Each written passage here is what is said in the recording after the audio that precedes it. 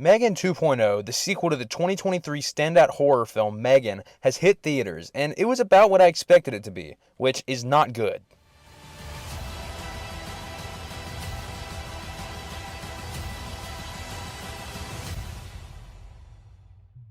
M3GAN 2.0 picks up years after the first film, and I actually quite like the setup that it creates.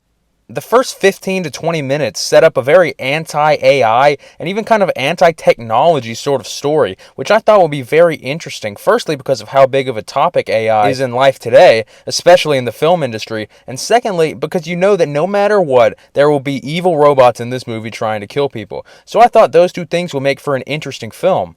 Unfortunately, those anti-AI themes are very surface level. The whole movie is basically saying, oh yeah, AI is very bad. In case you can be nice to it, then maybe it will choose not to take over the world. In other words, the movie sets up a lot of interesting AI themes, but doesn't go any deeper than what everybody is already saying.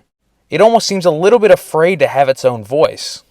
And for the second point I made, the evil robots, yeah, that doesn't even get to happen much either. M3GAN is kind of a good character that's trying to help in this movie, which I will admit does lead to some very entertaining and sometimes funny moments, but even the evil robot counterpart is not nearly as good as she could be. First of all, Amelia's reasonings for wanting to do what she does in this movie aren't very fleshed out at all. And then there's a big reveal at the start of the third act that I feel like completely devalues everything she does the entire movie. You'll probably know what I'm talking about if you've seen the movie. Another problem I had with M3GAN 2.0 is how overstuffed yet underdeveloped it feels.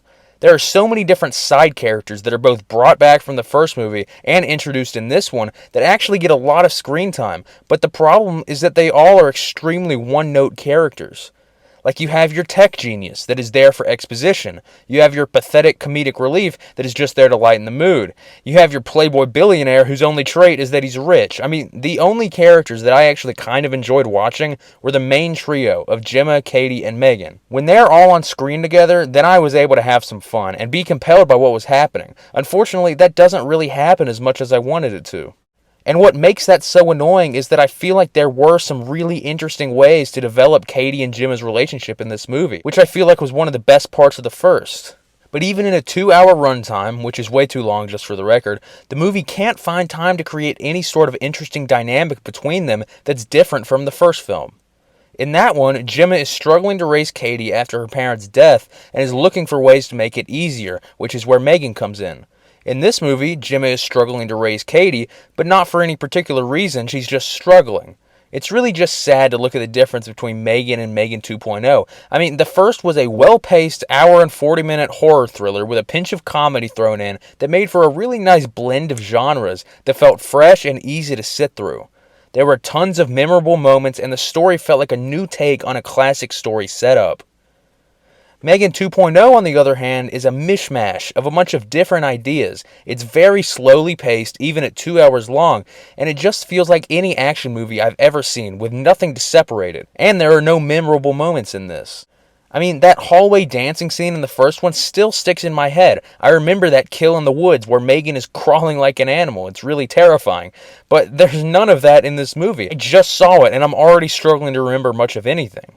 If I had to say a few positives, because I know this all does sound very negative, I'd say that there were some funny moments that I did find myself smiling at, and some of the absurd, over-the-top scenes and decisions in this movie were sometimes so absurd that they were entertaining. Not all, but some. Overall, I did not like M3GAN 2.0, certainly not as much as I did the first movie. I thought that it was clunky, slow, generic, and full of unmemorable characters and moments. There were some funny parts here and there, but that's about it. My final score for M3GAN 2.0 is a 4.3 out of 10. I know this is just my opinion, which may be a tad unpopular, and so I would love to hear yours. Did you like M3GAN 2.0? Did you dislike it, kind of like me? I genuinely do want to hear your thoughts in the comments below. But with that being said, thank you so much for watching. Be sure to subscribe for more videos like this, and God bless.